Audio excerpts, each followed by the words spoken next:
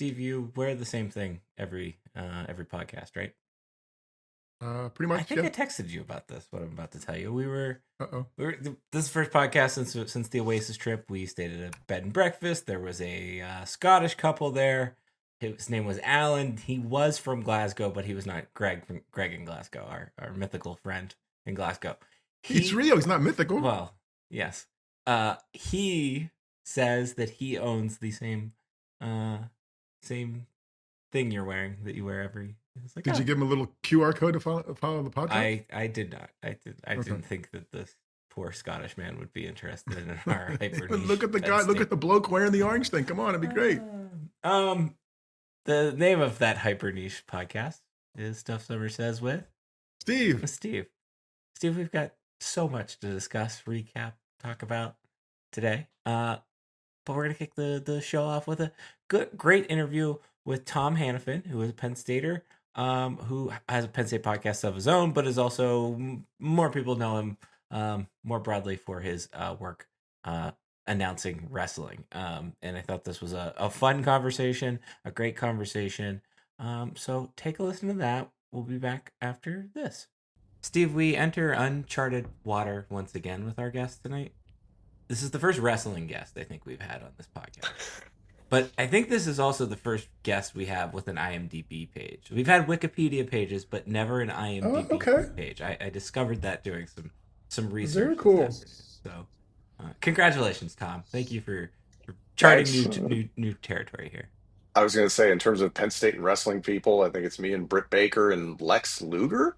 So I Oh. think I read that somewhere. I don't know if there's any truth to that, but Lex Luger is obviously a legend. So, Yeah. and then somehow I fall into that Venn diagram. It's But very if strange. somebody's listening and Britt gets the thing, Britt, well, we would love to have you as a guest. So hey, Yes, our guest today is Mr. Tom Hannifan. He is a Tom. How would you describe what you do professionally? I guess. Defer to I identify myself pretty often as a sports broadcaster because that's what I do and that's what I was trained to do at a base. But I've been working as a professional wrestling play-by-play announcer for going on 14 years. I started with WWE in, gosh, what was it, 2012. I was 23 years old. Very lucky to have spent about 9 years there. And now I've been with TNA Wrestling for about 4 years. Were you always a wrestling guy? No, honestly, I was somebody who like casually watched it, and I've told the story in different capacities in the past, but my parents were very much against it. So mind you, I was born in 1989, so the heyday of wrestling, what is called the Attitude Era, was late 90s, early 2000s, that sort of range. So like I'm about like 10 years old. So watching what is kind of the sex, drugs, and rock and roll era of pro wrestling, they were not okay with, which I appreciate. They love me, and they do love me. So appreciate that. But grew up in Philadelphia, so ECW was in my backyard. I didn't discover it until the invasion angle of the early 2000s in WWE. I was, oh, this is incredible. So I would watch Monday Night Raw, and when it was still on the air, Monday Nitro, and all I knew was that wrestling was on Mondays. So I'd go down to the basement after everybody was asleep. I'd turn the volume down to one. I'd turn the lights out, and I'd watch as much as I could. I'd bounce back and forth a little bit. Never bought the pay-per-views. Every once in a while, I'd go to a friend's house and maybe they bought it or something like that. I love the video games. I still to this day have my Nintendo 64. It's in perfect working order. And I love WWF No Mercy. I love that game very much. So that was my experience. And then I went off to I went off to high school and I went off to college and I was focused on my studies, all sorts of things. And it wasn't until the job opportunity with WWE popped up with staatalent.com, which I know a lot of people still use, that I was like, oh, give this a shot. And I got lucky and they took a chance on me and here we are. What made you apply? Well, it was amazing to me that WWE had a job lead out. Like I put WWE at that point in time in the same category as an ESPN looking for like, hey, we're looking for a Sports Center anchor. And I think there was a game show at one point for to be a Sports Center anchor. So I was like, this isn't a thing that happens. So I was applying everywhere. I had just graduated school, so I was working in an Olive Garden and I was calling games for Juniata College men's, women's basketball, and football for $50 a game. So, like any kid, I was applying everywhere you could imagine. And the lead came along and it was different. And they said to not send in conventional play-by-play tape. So I went to the Arboretum, and a good friend of mine helped me shoot a 2 minute, what we refer to in the wrestling business as a promo, where I just, basically a monologue, and I pitched myself to the camera. I had one edit point, which I was mad about, but I had one edit point with myself and Tom Ferguson, who was my classmate in comm radio. And it's us calling Big Ten Network Student U basketball, just on the court real fast. So, yeah, that was a 2 minute clip. And I don't know, it just seemed like, hey, like I have nothing to lose, and it's fun. It's a fun idea. It's like pro wrestling. Oh my gosh, this would be an amazing opportunity. It's a $1 billion company. So when they brought me in for an audition, I couldn't believe it, and then I hounded them through the summer. And when they gave me a job offer, I really couldn't believe it. So I got very lucky. I like to maintain that I got very lucky, and I've tried to work very hard since then. That's the second guest in a row, right? Where we bugged them, we hounded them, right? Deb Gelman with CBS Sports last time was like, "Oh, I just kept bugging them. I think that's why they gave me the job." This skill set from Penn State and what you thought you were going to do transferred easily. I mean, like it feels like I'll tell journalism can say your skill set's going to transfer no matter what you do. In terms of broadcast journalism, how did that skill set transfer, or where were there edges that needed, rubbed out, or sharpened or whatever? I think professional wrestling saw me as the blank slate. I was 23 years old. I had no habits. So all I had was the education I'd gotten from Penn State. So it put me down a path where I had a general understanding of what it meant to have an on-camera presence, some elements in terms of framing, delivery, speech patterns, those sorts of things. But I really was green as grass. I was taught how to use a teleprompter in studio by WWE, by my former colleague Renee Paquette. And I learned all of these things on the fly. And it's only as I've gotten older and gotten to meet more people in the space. I met Rob Stone from Fox Sports, the host of Big Noon Kickoff, and I got to be there to watch as they were doing Big Noon Kickoff last year in State College. And he was like, "Oh yeah, we have a teleprompter down here." And I was like, oh, I haven't used one of those in 13 years. And he was like, "What are you talking about?" And I was like, well, basically, they gave me, I think it was maybe either 3 days or 3 weeks. It was very minimal amount of time in the grand scheme of things. And they said, you have 3 weeks or 3 days, whatever the hell it was, to get off prompter. So it all has to be up here because they wanted to train me to be a play-by-play announcer. In wrestling, it's like doing live narration. If you miss the split second where the moment occurs to tell the story, it's gone. And that's the entire element of it. Sports, it's okay to be late because it's organic. You're discovering it in the moment and you hear genuine shock and surprise from commentators. Okay, well, if I have to communicate that with intention and I knew about it 8 hours ago, I have to be perfect. I have to be on the spot. So it all has to be up here. So for 13 years, when I'm doing play by play, there's a format, but there's no script. There's no prompter telling me what to say. And you're never going to have that in the pro wrestling world. Very, very rarely do you have an instance to do that in studio. So that was a valuable thing because you learn to write on the fly. But yeah, again, I don't know if I ever would have learned that in anything other than pro wrestling because I think probably every other discipline I would have walked into would have required that. That would have been the norm.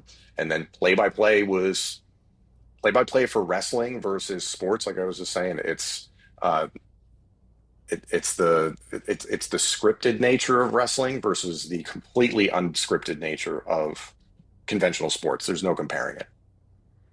Who have been your biggest influences in the Biggest industry? influences, I'll start in the sports world because to this day I'm so fortunate I have people that I've communicated with in the sports world and people that I've learned from or at least watched them on TV quite a bit and try to model my game after. I've always admired Mike Tirico's style, and I've learned little bits about him through friends who work in the industry of his ability, like I was saying, to write on the fly.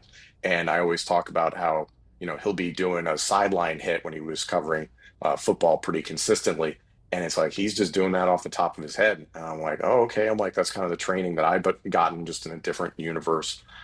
So I always admire his work. I really, really respect the work of Reese Davis and Chris Fowler, especially what they've been able to do over the years. Joe Buck he's never he's never wrong. Like he hits every single time. Like he never makes a mistake. It's something that's absolutely uncanny. It's been incredible to watch the maturation of Joe Davis, especially, who had huge shoes to fill. Ian Eagle. That's the other thing. I love how certain guys fit certain sports.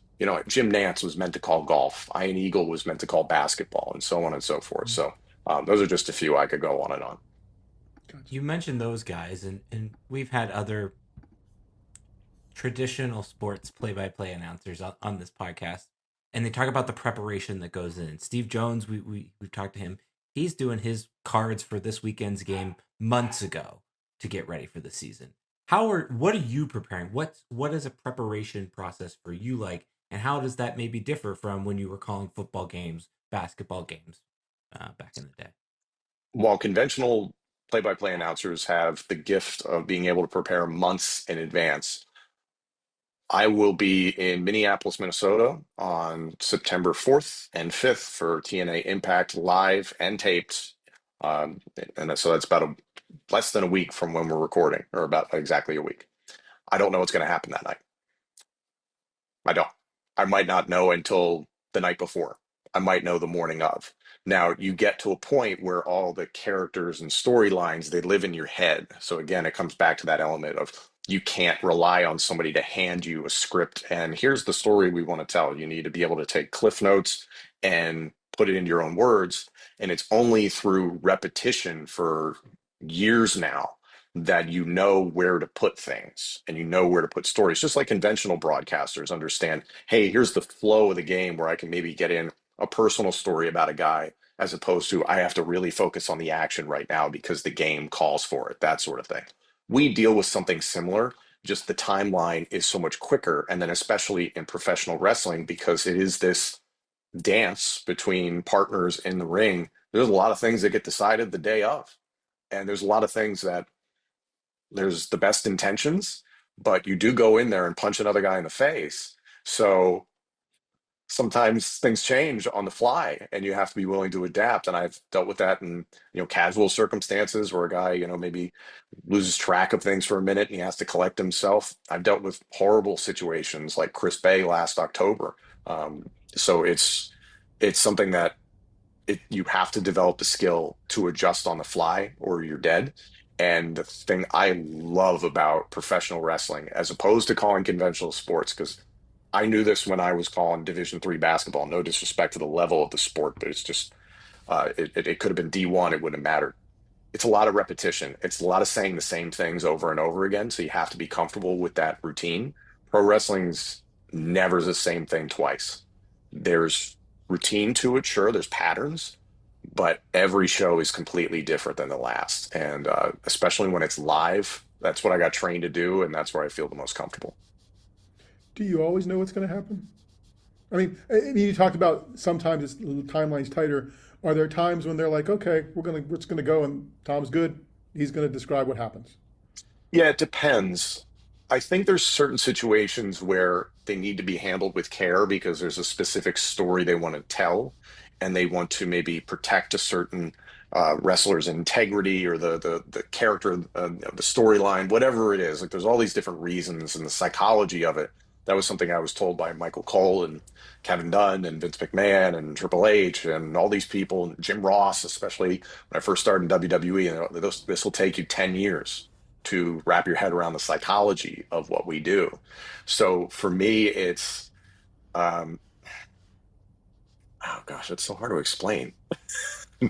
It's, I don't know, there's a lot of it that you do have to figure out on the fly, but at the same time, you are trying to be as prepared as humanly possible. I hope I answered your Mhm. question. That gets me there. That's good. I'm good. Are you a part of the narrative, or are you just telling the narrative? For the most part, I'm the narrator. Yeah. And it's been interesting because on TNA Wrestling, we have a story right now where a wrestler from NXT, which is part of WWE, and is not signed to TNA, he's a bad guy and he's won our TNA World Championship. So in storyline, this is the worst possible thing that could happen for our company. So it's my job for that to emotionally register throughout the show, because not every character is going to have the opportunity to reflect that major storyline. So I have to carry that thread consistently.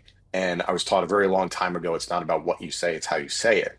So I might not necessarily come straight out and say, I hate this guy or I love this person. But you can tell by the way that I'm saying it. It's the same way in a movie and same way in a TV show where actors deliver a line and it's like, oh, you said this, but you meant this, that sort of thing. So we're constantly playing that line. And every rare once in a while, you are a character, so on this, like so to speak. Like I am a character. I am a baby face, a good guy, and my co-host is a heel, a bad guy. So that creates point counterpoint. That creates conflict within the broadcast, so you can present both sides of the story and you battle back and forth, and that way you inform the audience of the totality of the emotion that's happening. So every once in a while, you'll get pulled into a story, but there's usually a purpose for it. And they're never going to see a commentator main event WrestleMania or for us Bound for Glory. But the commentator can be used as a leverage point or as a pivot point within the story. Say next week they say, hey, we want the biggest and meanest and worst guy, biggest villain on the roster to beat you up. Well, that's hopefully because the audience likes me and they think that it will create sympathy and then what we call heat for the bad guy and just make him more hated and despised by the audience. So there's always a goal in mind. And then there's things that are off camera. It's like, hey, we're going to beat you up because you're taking a vacation next week. So you're not going to be here. So we're taking care of you. So there's a lot of little reasons for why things happen.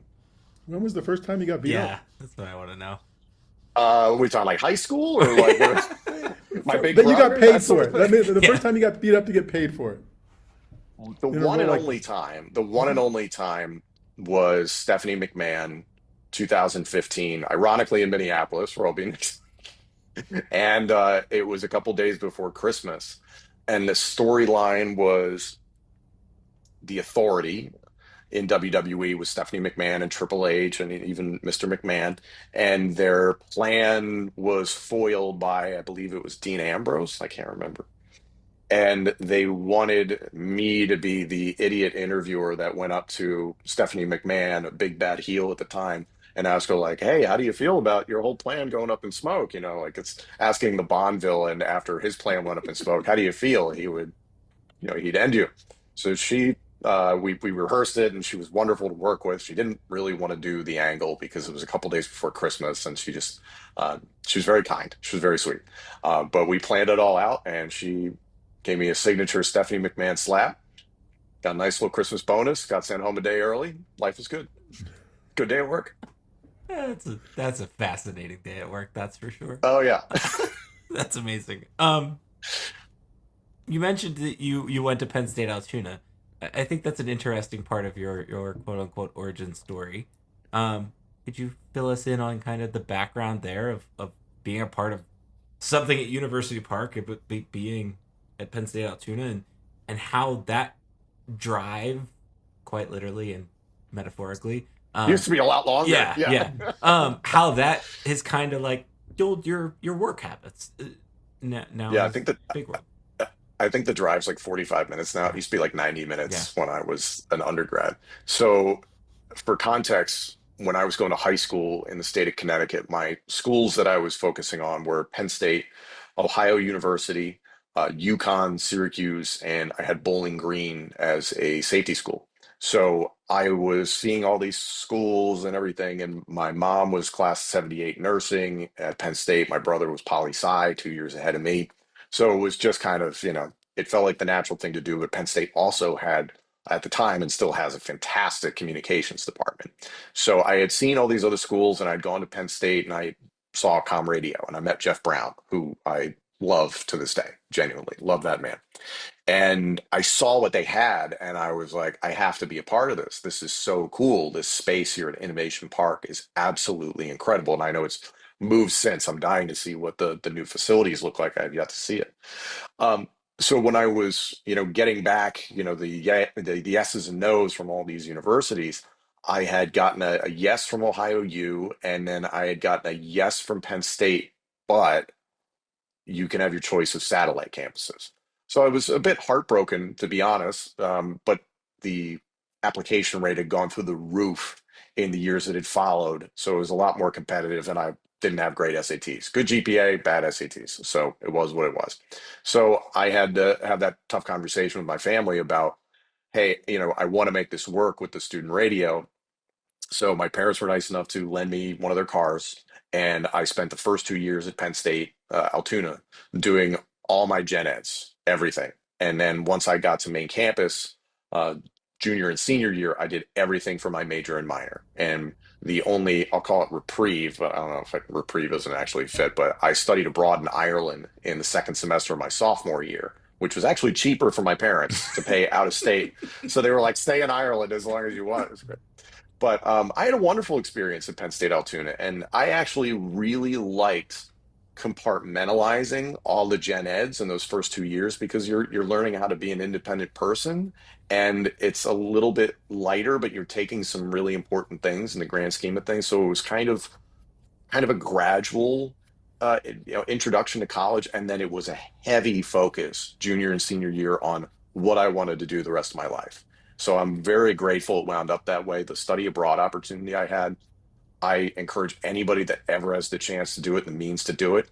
My God, was it a good experience? Just, you see incredible parts of the world, sure, but you go through experiences that will help your maturation process as a human being. So I had a wonderful experience at Penn State Altoona, and I was grateful that I had the opportunity to pick a satellite campus, period. So that was kind of your origin as a student. We've talked professional. You're here too because of the podcast. You got a Penn State related podcast, State of State. How did that come about? How did you find time to do that, and why? And as much stuff as is out there, how do you find your niche or how you want to approach something like that? I love doing State of State with Justin King. It's so much fun. It is a labor of love, I'll put it that way. So, it came about in a difficult situation in that after I was with WWE, I'd been laid off due to pandemic budget cuts in May of 2021. A lot of people experienced that. So I was in a period where I was trying to find myself in terms of working in sports potentially. And I'd always wanted to do a podcast about college football and specifically my school, my team, Penn State football. So I started that in August of 2021, initially with Matt McGloin, and we worked together until about 2023, and then started working with Justin King. And this will be our third season covering the football team this year. And it's just so much fun. I learn something every single time. And it's also been the element of editing, producing, pushing on social media, promoting all those sorts of things, like pursuing advertisers, all that sort of stuff. That's me. And we have great partners with the Believe Podcast Network, and that they bring advertising to us. They give us a lot of suggestions and help us out with guests, those sorts of things, just to enrich the show. So I am realistic about things in that I love covering the team from afar. I'll be the first person to say I'm giving you my opinion and my a lot of speculation because I'm not going to practices. There are people working a lot harder than I am on covering Penn State football. But I have a full-time job with TNA Wrestling that literally takes me out of state, out of the country on a pretty regular basis. So that's my bread and butter. But then my side gig, so to speak, is covering the team that I absolutely love. And it never feels like work. Nothing I do feels like work. So when you were asking me earlier today, how do you identify yourself in terms of a professional? I'm like, I think I get to play make believe. It's kind of great. Like I get to talk about pro wrestling, and one minute I'm laughing, the next minute I'm crying, the next minute I'm screaming bloody murder or something like that. And then I get to go home and I get to talk about what I saw from the defensive line against Nevada or something like that. So it's the best, man. What surprised you that you've learned from maybe working with Justin in particular? Justin is incredibly intelligent. That didn't surprise me, but he is so smart when it comes to the game of football and the business of football. So I have to be prepared coming on the air. You can't just shoot from the hip, that sort of thing. I think I learned a lot more about podcasting in general, and that like you guys are probably like, let's start a podcast. It'll be fun. We'll be Joe Rogan. We'll make all this money maybe or something like that. And in reality, it's a lot of work. It's a ton of work. There's a lot of little details that go into it. And to get one that is successful and is potentially a revenue stream year after year, it's tough. I'm fortunate I've been able to get that to happen, but there is a lot that goes into podcasting that people don't realize. And then also creating a compelling podcast or an interesting podcast. Are you catering to an audience, that sort of thing? Or are you just, is it just for you? Is it something where you just want to have great conversations with your friends or with people you respect and you want to learn something? It all depends. Everybody has a different flavor, but in this universe where there are millions of podcasts, and I don't know how many Penn State football podcasts there are, maybe 20, 25, something like that. I know I'm not going to win, but I'm going to compete and I'm going to do a show that I think is what people like me would like to hear. I want to be informed. I want to learn something. And that's what I try to do every time I talk to Justin. So I learn something and hopefully the audience learns something.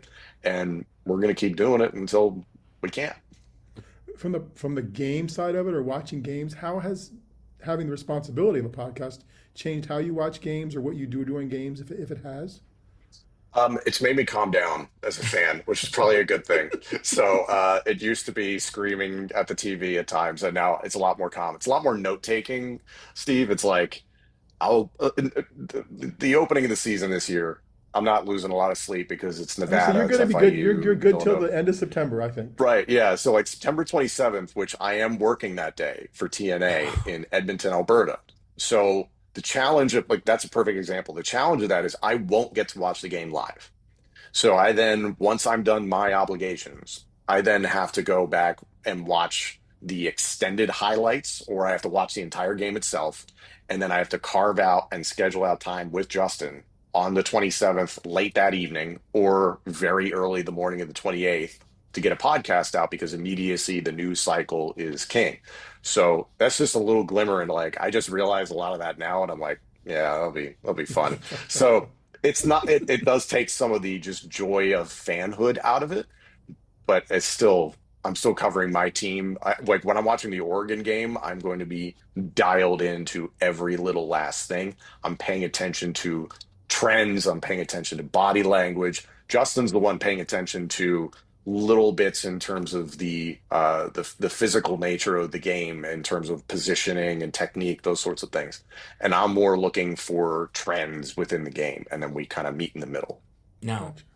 will you just turn the phone, throw the phone away, and only go like straight to see what happens, or are you gonna like spoil it for yourself? Well, in terms of like when I'm calling something and then I Yeah. have to go watch a game, yeah, unfortunately, I have to be completely dialed in while I'm doing TNA wrestling. And granted, it takes up the bulk of my time. It it's the challenge of like as a fan, I wish I could be sitting there watching it. And there have been times that I have the game on or a game on while I'm calling stuff, but that was years ago at this point. So I try to dedicate my time to my primary employer. I think That's that's the fair. respectful thing to That's do. fair. But Darian, it's do you not do that at your No, job? just to be clear. I don't understand. so but for me, like I have tons of friends and family that went to Penn State. So I have to mute all these group texts That's and I'll okay. be getting texts from people who may not be paying attention to, where I am in the world. They're like, "Did you see that pass? Like I hate this guy," or something like that. And I'm like, "Great, great, great." So it's more just accepting that it's going to be a very long day and it's a labor of love at the end of the day. Like I love having be like, "Yeah, I got to go back and watch the game." But I'm like, I want to watch the game. So, I'm a junkie for college football. So I was watching the double box of USF, Boise State, and Rutgers, Ohio before we came on here. So I love this stuff. Perfect. All right. We have three quick questions so that you can go back to watching your double box and No rush, no in rush. the sadness that will be that Rutgers game. Okay. You are the czar of Penn State sports for one day. What change? What are you doing? What's your big thing you want to do? Bring ticket prices down. Mm-hmm. Like The we man of just the paid a people. hundred bucks for parking passes. Like when I was a kid, it was $40 or something like that. Just I don't know. I know the prices aren't going to go down, but my family and I would appreciate if the prices went down. And that's just not with tickets to like a Penn State football game, pretty much every other sport is very affordable. Hockey's become a really hot ticket, wrestling, of course. But even like $500 for a hotel night, and that's a mandatory 2 night thing, is like, okay, it's tough to stay in State College. So there's a lot of things from a cost standpoint that I wish would come down. But Man of the people there. yeah, Your go-to creamery ice cream flavor?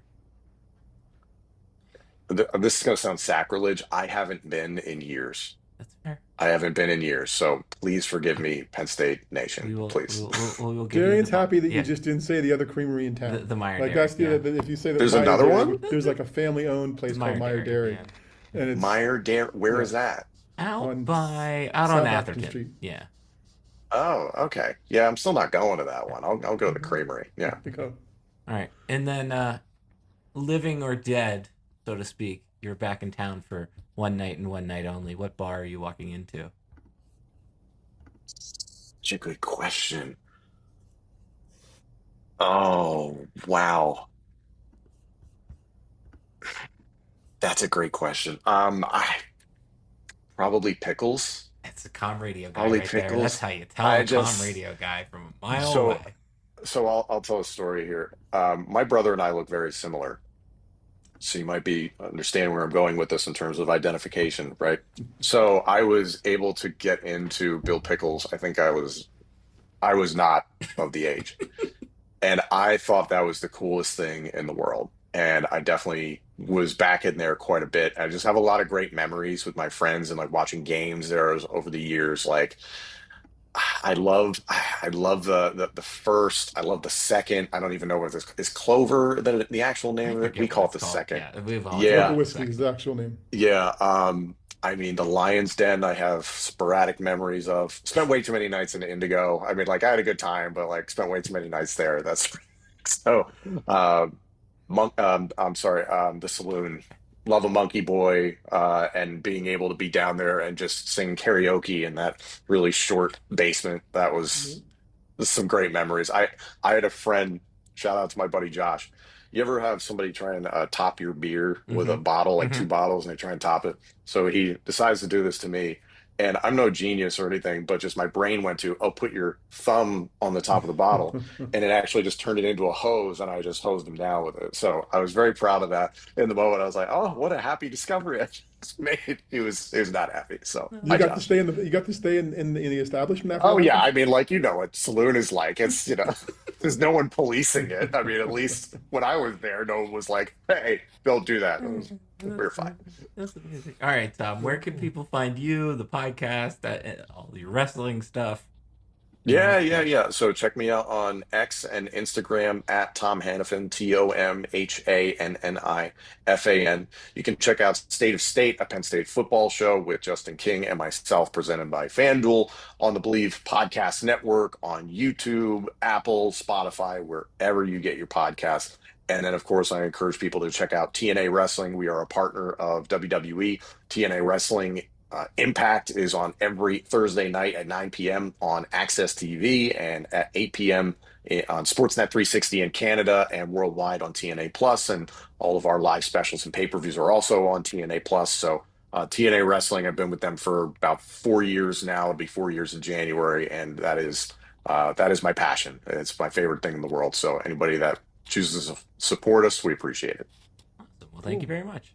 Thanks, Tom. Thank you guys. Appreciate it. Steve, definitely the first person to admit that they get paid to be beat up on our podcast. I thought that was I thought Paid up and sent home for the yeah, holidays. yeah, I thought that was good.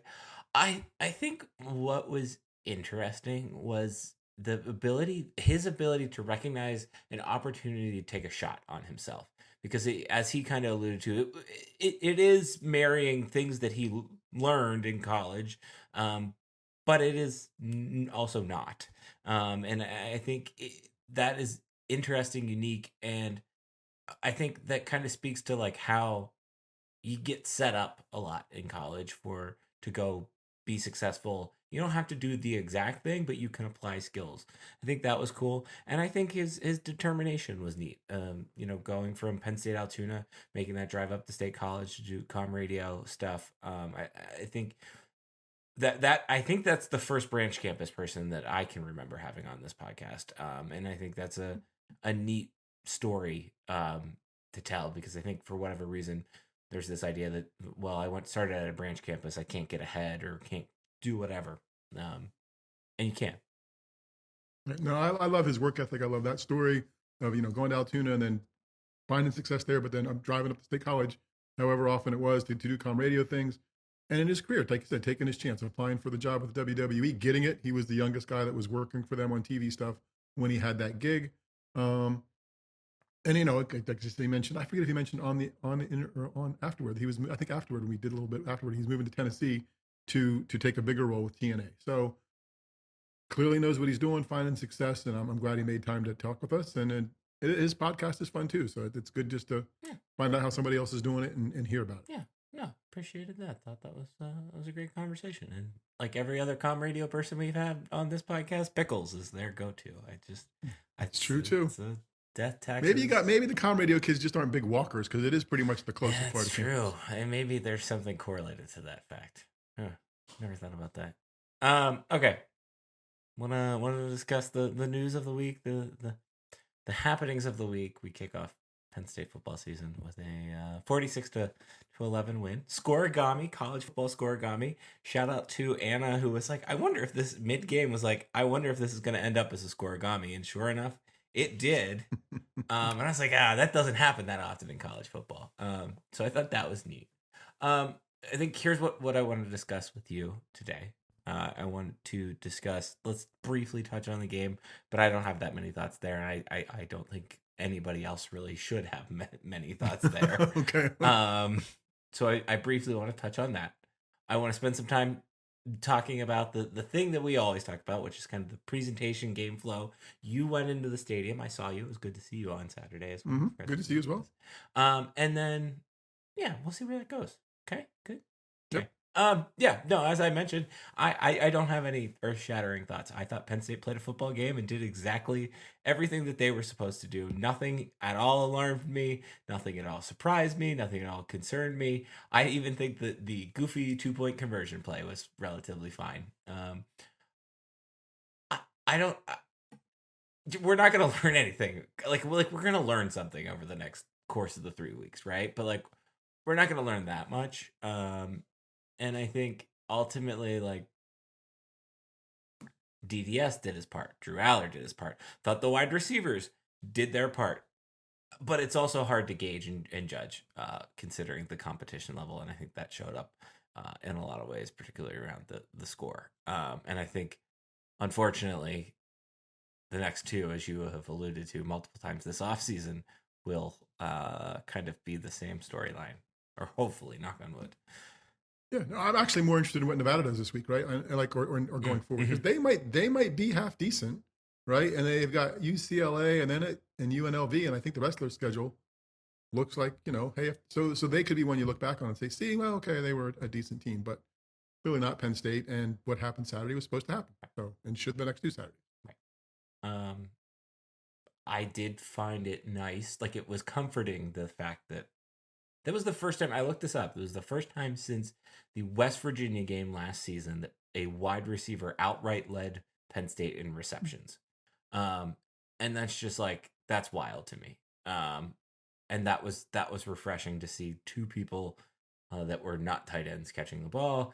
I think people seem a little anxious about the running game. It is what it is. I think it just, sometimes it takes a little bit to get that figured out. I also probably don't know the schematics that well, but would imagine that if I had to stop Kaytron Allen and Nick Singleton, I would put an extra guy in the box and stop them that way. So yeah, nothing too alarming there. Good. No, I think, right, if you're going to take something away, and Coach Franklin mentioned in his news conference today, stop the run, prove we can pass, because we couldn't last year, basically. And that's what they did, and turned out Penn State could pass a little bit, at least enough to win that game. So yeah. I think the passing game thing, the biggest thing that stood out to me was Drew Aller's touchdown pass to Kyron Hudson. Thought that was one of his better throws, the way he stepped up in the pocket. But again, what are you going to learn from that? Okay. What did we learn on Saturday, Steve? I learned that I can't afford to buy food in the stadium. You are fired up about this. This was so. we walk into Gate F. It is $13.75 for a slice of pepperoni pizza. One single slice is $13.75. Oh, there's a 5% upcharge now, bud. I'm just saying. Like, I understand that that's how it works at stadiums, right? And I don't know. I guess I haven't been to enough other places to buy it other than concerts and beer concerts and stuff. But there's a place where it does feel unseemly, and I think we can see it from here. Yeah, I think this is a good opener to how I feel about some things I saw and experienced on Saturday. Okay. I think that's a good way to put it. So, what did you see? I'm grumbling about food prices. I mean, I understand, but go ahead. So now I've opened your door. Go ahead. Okay. So I think game day presentation wise, we can't do this the traditional Darian and Steve style because Steve went into the game to this time, which I'm very proud of him. If you're counting, no, you're not going to be scoreboard explaining to me. We can actually share some experience. I think that's good. Game day presentation wise, there were actually, even though the blog post ended up being 2,000 some words, there wasn't there wasn't that much different new this season in a lot of ways. But what I did feel like was maybe more intensity in the number of ads, and it just intensity and subtle changes that just kind of remind you that things are going in that certain direction to what you're alluding to food prices. I think overall, I think the game day experience at Beaver Stadium felt about the same as it did last year, more or less. But there's a couple things I want to dive in on. So let's spin the wheel, if you will. But I think the first and foremost to talk about was the construction experience that I gathered. So as I mentioned, we walked in, we met you by Gate F, and I think you noticed them too. There were like stairs that kind of looked a little sketchy, but they could take you straight up to the top of the stadium now. And I think that's a good improvement. Then at halftime, I went up and explored the west area. And I did notice even before the game that the west sideline itself, that area is much wider. Like it feels much wider. But the actual walkways themselves are not, and they might even actually be even smaller right now because of the construction and the footprint that they have there. And I think that's an important takeaway because I know that was something that was being talked about prior to the season. Once I got up to the actual area, I'm going to warn you, it does not smell good up there because those porta potties all sit and bake in the sun all day. And that would be one of the biggest takeaways I noticed from the construction renovation process. That of course is no one's fault or a lot of people's fault. Depends on how you look at that. And there's not really much I can do about it. But all things considered, I think that just a fair warning if you're going up there. I was pleasantly surprised to see food up there. There were a lot of options food wise. A lot of grab and goes, and it felt like even in the lower concourse of the stadium, I felt like there were maybe a few more of them this season. I could be wrong there, but anecdotally felt like that. That was my biggest takeaway. I think the other thing that was interesting that kind of popped out of nowhere on Saturday was the beer rail that a lot of the media members were talking about. Which is a rail along the front row of the second deck. But I didn't hear anything about tickets for those. I didn't see anything about tickets for those. And for the most part, those looked empty to me. And I think that was interesting. The top of the second deck or the underneath the overhead? The bottom of the second deck. Right. Right. Yeah, they were like on either side of they were on either side of the new broadcast booths, basically. Yes.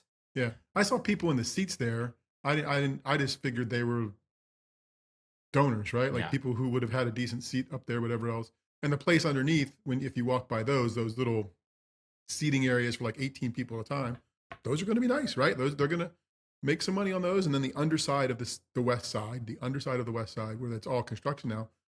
I mean, that's going to be like, I assume, like a club place where people are going to go back into there when they have those stuff. But the people that have the money to spend on those things and the companies that do those are going to be nice, upgradable places that are going to work. Yeah. You know. Yeah. So those you can see that really coming together, and then the permanent steps on the west side that are there, you can see that, and those were nice and worked because we came down and went out those steps, right? And when I came in on the other side, I came in B and walked all the way around to come around to F to see U, so I got to see everything underneath.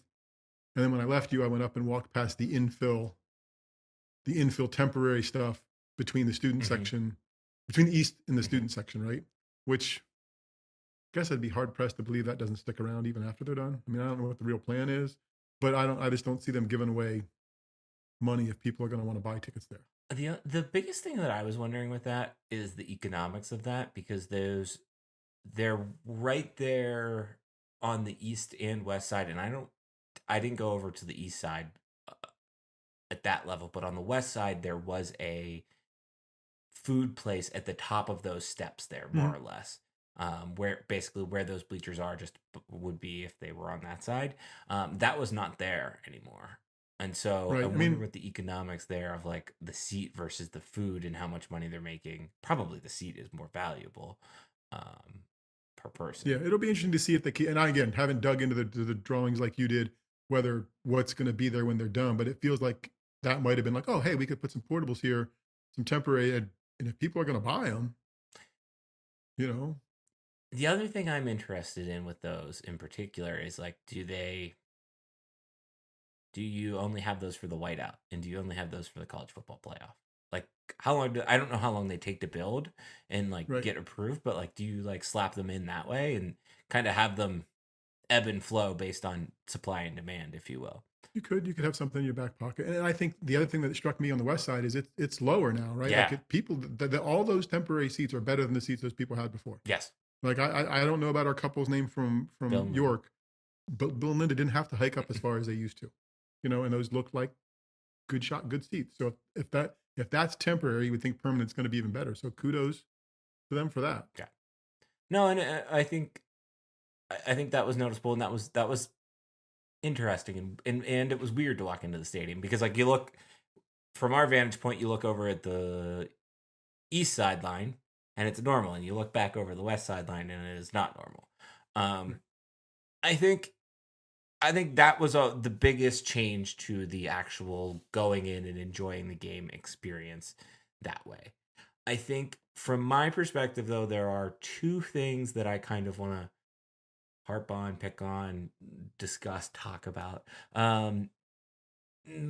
So you were nice so far. Yeah, no, and I think this kind of goes back to like it is what it is capitalism approach of damn you pet capitalism type situation. The first was, well, one of them more so. The first was the scoreboard situation.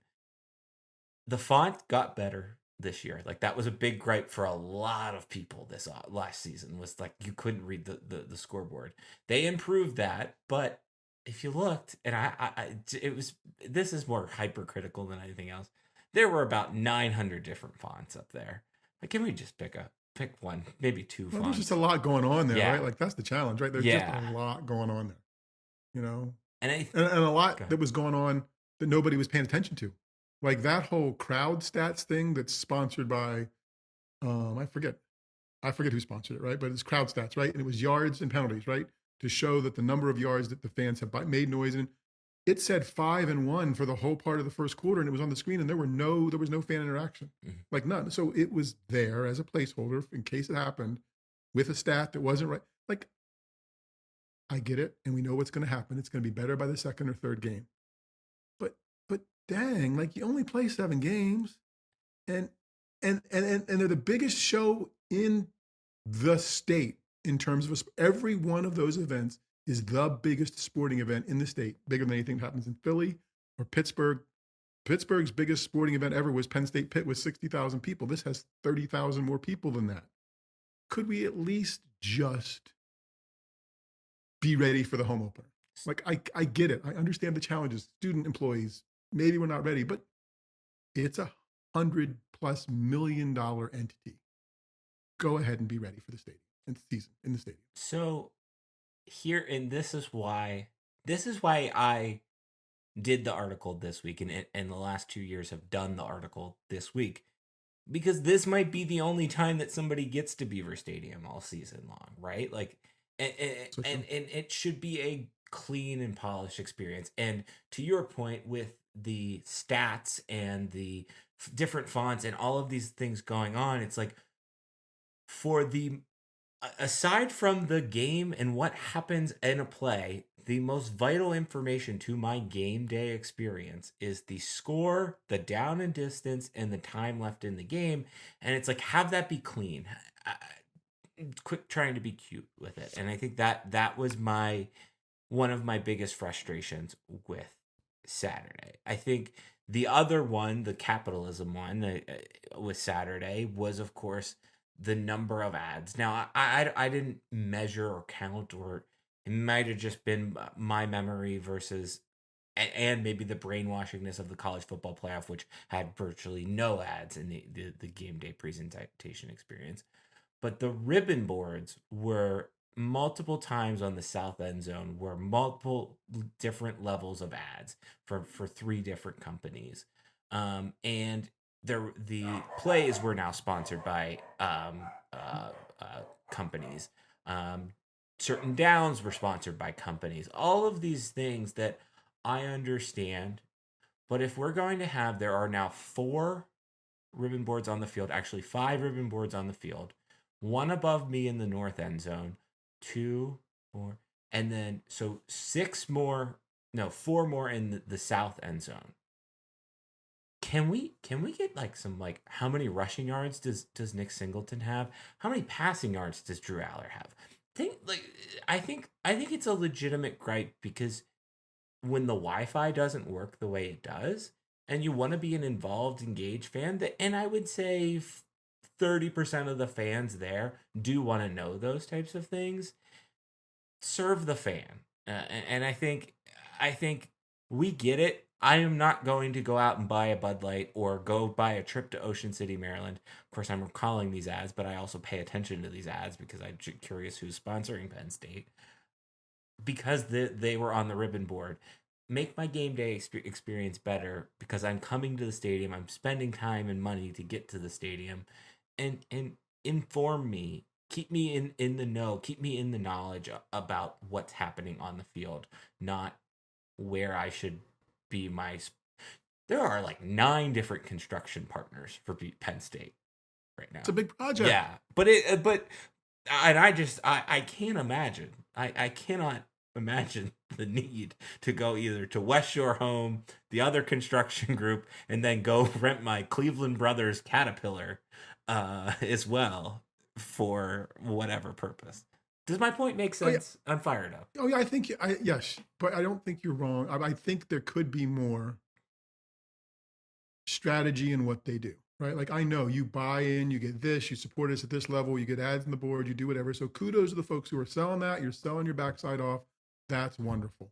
Go ahead and sponsor the Cleveland Brothers pass attack. I don't know. Come up with something so you can make it a yes and. Yeah. My stand-up comedy thing. Yes, thank you for your money, and we're going to serve the fans this way. For me, it's out-of-town scores. I know they're there, but that stadium of 106,000 people is a community waiting to rally around something, waiting to cheer and share an experience other than the drum major doing the flip. So how about we share an out-of-town score or two? Now, they might not have liked the Ohio State score. It might have been greeted with boos, but it would have been greeted with boos by 70,000 people who were sharing and supporting the same experience, which makes them feel good about doing it.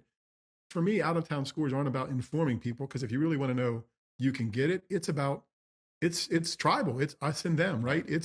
And I think the thing they did well about 10 years ago when they announced the attendance. This is the largest crowd in college football today, or this is the largest crowd east of the Mississippi, or this is the whatever. And it's tough if Michigan and Tennessee are playing for that to happen, and Ohio State. But still, like, there's ways to make it seem really cool and build community inside that stadium. And I feel like they're just making sure that it's monetized and not worrying about, they're willing about, it's monetized and supporting the brand. They're not like activating the brand in ways that they could, that would really make people feel part of it. more. Right. Like, I mean, people are coming no matter what. They're going to turn, it's like Field of Dreams, right? Like people are going to come, turn over the money. They're happy to be there.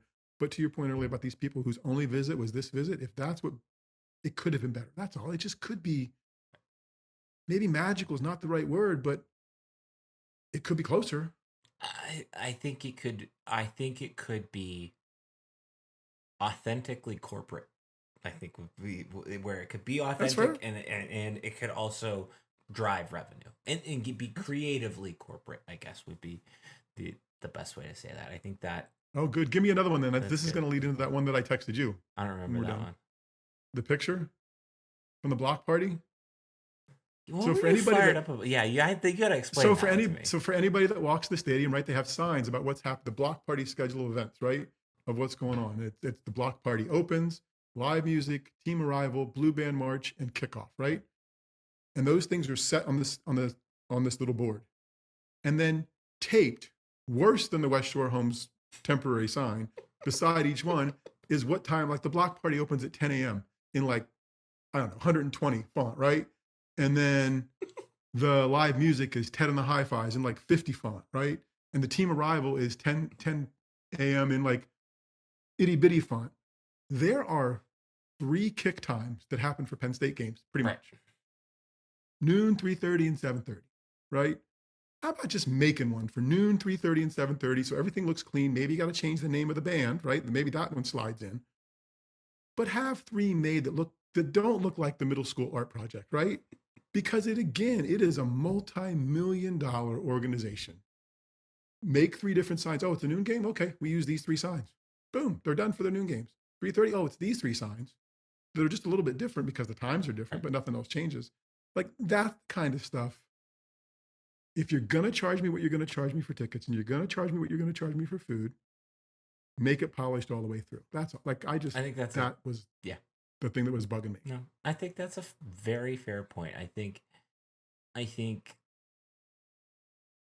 obviously it is, in some ways, college football itself is not it does not share the multi-billion-dollar industry the way the NFL does. But it's not like, to your point, we're the little sisters of the poor here. No, we're there now. Yeah. We're employing those people who did that before. Yeah.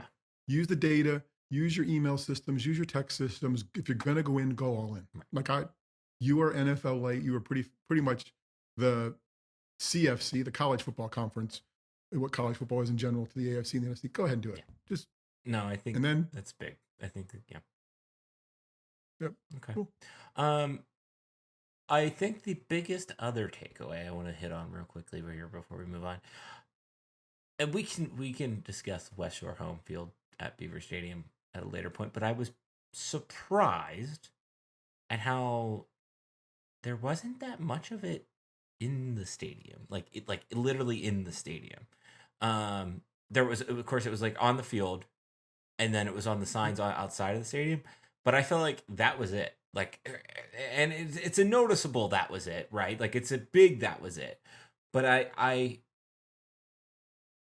maybe that's part of the upcoming upgrades and for how demanding that seems to have become, where we now have to put it literally on top of the suites so that the people on the airplane go by and see it. I was kind of surprised that when you walked in, it was not plastered everywhere. I think I didn't go into the South Tunnel area, right? Because I didn't walk past there, but it's there, like big sign there outside the South Tunnel. It's hanging from the end of the north end zone facing outside. It's 2 entrances. I just feels like, not a salesman, clearly by the number of sponsors we have for the podcast, but West Shore Homes got a deal. Good Lord. For as much public external facing as there is, $50 million is not enough. It's just not. I thought that was the price for your logo on the field and whatever else. They cannot now sell a gate. I mean, maybe this is just a year temporary thing, and when they retrofit it right and the gates go a little wider out and they do whatever, maybe then you can go back in and sell a gate or something. But the way it's signed now, why would anybody else want to sponsor a gate or an entrance or something else? Because you clearly have their name on everything. And it just feels like, okay, if that was enough, good, you got it, because you're not getting any more. It doesn't feel like. And I think that's my biggest gripe with it. And if you're an athletic salesperson, listen to this, or somebody in athletics who knows sales, we would love to understand what we're missing. Because right, like I don't understand. Like I it just feels feel like there's we're more out missing there. something. I really do. I feel like, and I reached out to Penn State about this when the like, has the naming agreement changed from a field naming agreement to a stadium naming agreement? Because that's what this feels like. And I think when you look at some of the numbers comparatively to what, obviously very different because it is the NFL, but not that much different when you consider that it's 100,000 some people going there. It is one of the biggest stadiums literally in the world. It is getting used for 7 major events, and now another finding new ways. That's the whole purpose for the next 15 years of what we're trying to do, to find new ways to activate this place. It just feels meh. It feels something Feels like they left something on the table. Yeah. That's all. That's it. Yeah. Okay. I got one kudos that I think will transition us into the next thing. Can I go hit on one more thing? I have a question for you. Are you annoyed by the LED screen over the tunnel, or should I shut up? I don't see it, so not as annoyed as you. Okay. Tradition-wise, I respect that the young guy remembers. He used to say TCS, and there it is, and whatever. So it feels like a piece of something, but maybe Penn State doesn't have that. So let me try this. It feels like a piece of something should be traditional / holy ground, right? Okay. But Penn State doesn't have Howard's Rock that Clemson ran down the hill with before. It doesn't have Play Like a Champion today to touch that Notre Dame does. And I don't know that piece of signage ever was that. So maybe, it feels to me like you think it sort of was that. But I don't think we have a piece of Penn State has a thing that's like that. So I think what we've seen is that everything's for sale. Yeah, I think that's about where I'm at with it. And then pretty soon every row is going to have its own sponsor. There wasn't anything over the portals. I looked for that. Those are Penn State marks. Duncan in the south end zone.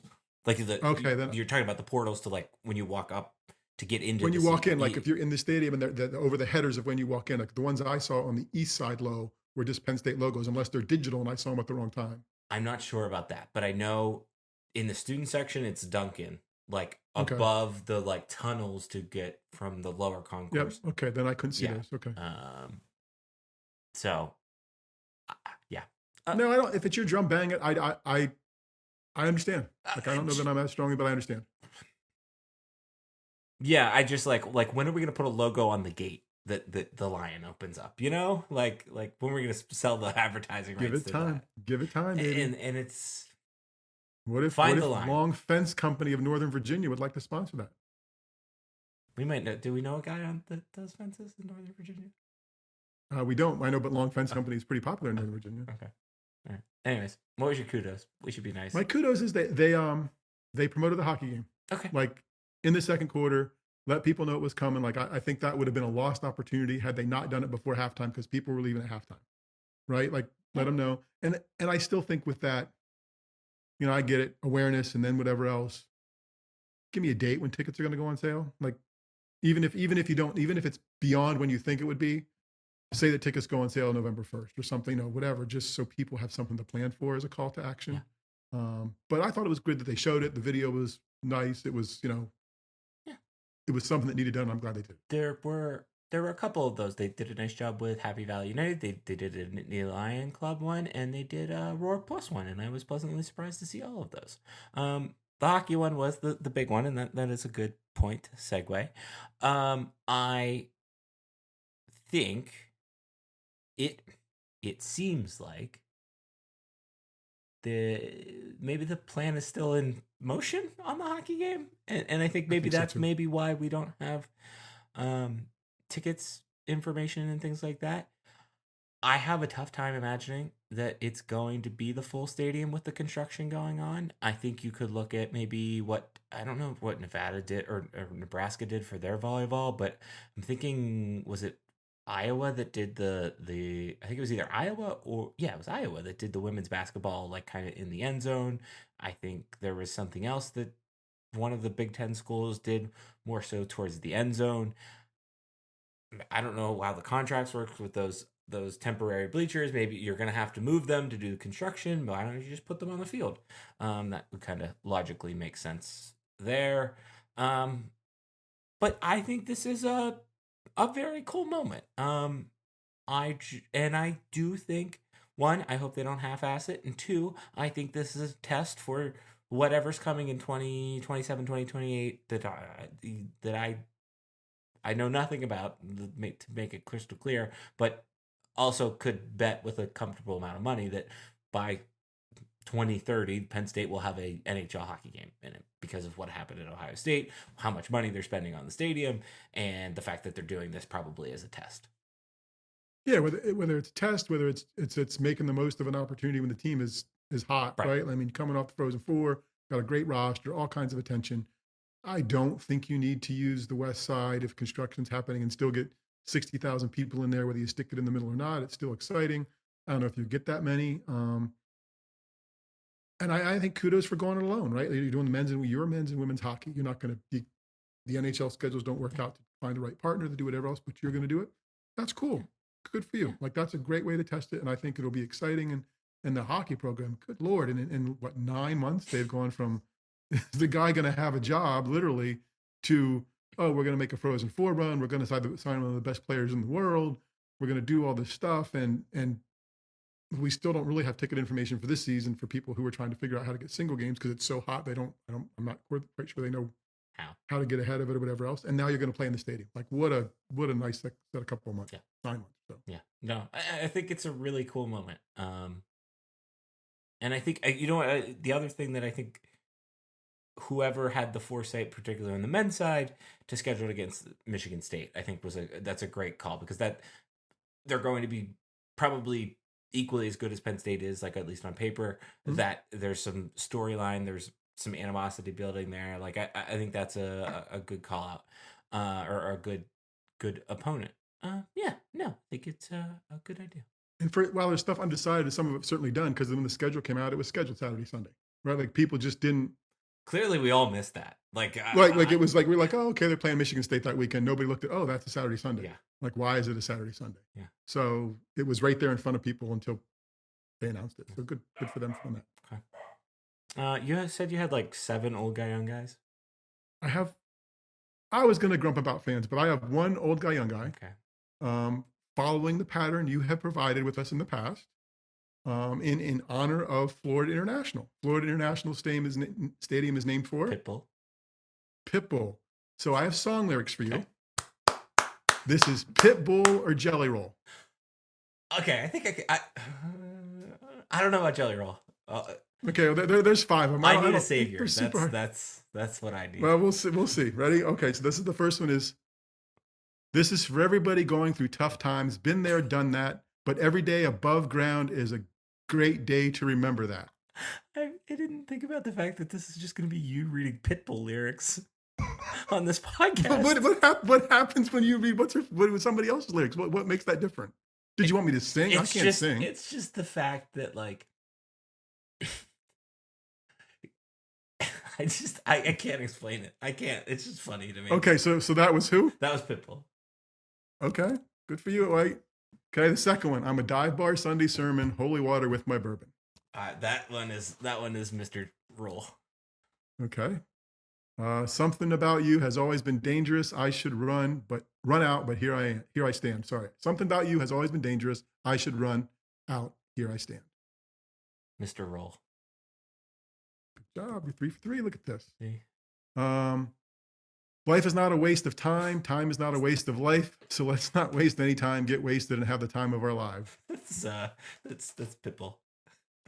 Yeah. Why are the Jelly Roll lyrics not funny, but the Pitbull lyrics are funny? It's just because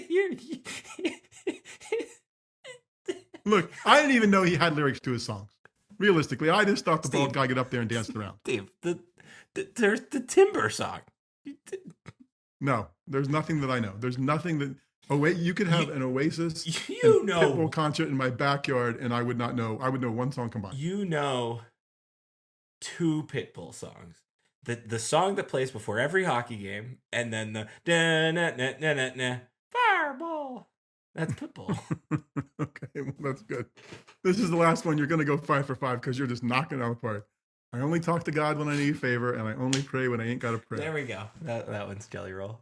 There you go. 5 for 5 on your lyrics. You could have made them a touch harder. I tried to. Look, I wasn't really sure how deep to go on Jelly Roll. I wanted you to have some success. And God, you knew Pitbull you knew Pitbull in like 3 words, even though you thought the words were funny. So there you go. You know who's gonna love this? Maddie Pryor, if you're listening right now, I hope you are crying hysterically at that.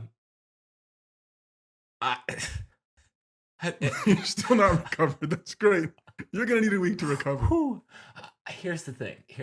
I am picturing. So, a few years ago, we were in Columbus, and it was Halloween weekend, and our waitress was dressed as Pitbull. And then there was a video recently of a lot of people at a Pitbull concert, and a lot of them were women, and a lot of them were dressed as Pitbull, including the bald head. There you go. Proud of their commitment to their craft. Did you? What? Why did you pick Jelly Roll? I don't know. I just seemed like they would be nice opposites. I don't know. I like the stadium tie-in for Pitbull, right? And I just didn't know who else to like. That's good. You know, that's good. That was the highlight of my week so far. Okay. Pitbull and Jelly Roll kind of rolled off the tongue. I don't know. I'll tell you. I was waiting. There you go. Okay. Ashton McBride would have been too easy, right? Like, you didn't make fun of that. So there you go. Springsteen, you'd have known, right? Like, oh, there were like I'm just thinking of the juxtaposition between Ashley McBride and Pitbull. See, but it could have been even more fun. Next time, I'll have her lyrics for you. Okay. Or if Maddie's listening, we'll have what? Kelly Clarkson.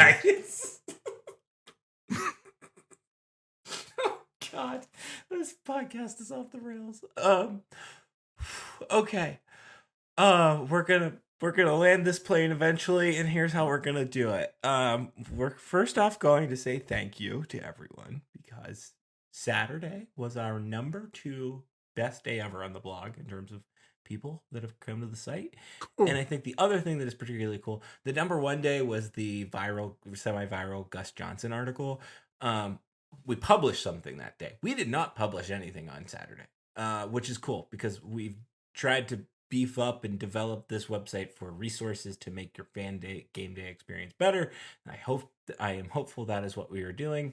And we found one way to do that already this week, and that was by addition of some player stats. Those are now on the blog, so that you can see your current player stats for 2025. I think that's fun. We have all of the other stuff too. There is one other thing that I am working on. I don't know if it will come. I need to see how well I did my homework to set me up to do that. It might be complete this week. It might not. It should be done by Villanova at the latest. I'm excited about that one. In the meantime, the name of that website is stuffsummersays.com. On that website, there's a section called With Steve. Steve, do you have anything coming this week? I talked to Joshua Davis from NBC and BTN. I may do a little something about his preparation for his job and that kind of stuff. Excited about that. We will have depth charts. Those will get a pretty hefty update because we actually have like depth and not ability to understand the depth. Now we'll have that probably Wednesday, Thursday game preview, Friday nothing, Saturday. We'll see what depend on what time we get back and to various places, but we'll have some sort of a recap and we'll go from there. And then we'll have a podcast next week. We're doing this all over again then. Steve will ask me about Pitbull and CCR. That would be there we go. My suggestion. If we're doing lyrics, Villanova's in Philly. They got lots of musicians. We'll see. Yeah. I'm sure a lot of Pope jokes to be made as well. No. So better watch out there. I don't think we can joke about the Pope. That's true. He's very serious. Okay. So website called Stuff Summer Says with Steve. .com with Steve. We've got emails. Mine's Darian at stuffsummersays.com. Steve says. Steve at stuffsummersays.com. Perfect. 5 stars, thumbs up. Appreciate all of that. Yeah. Lastly, you can find me on the internet at Stuff Summer Says. You can find Steve. Steve Sampson. See ya. Bye.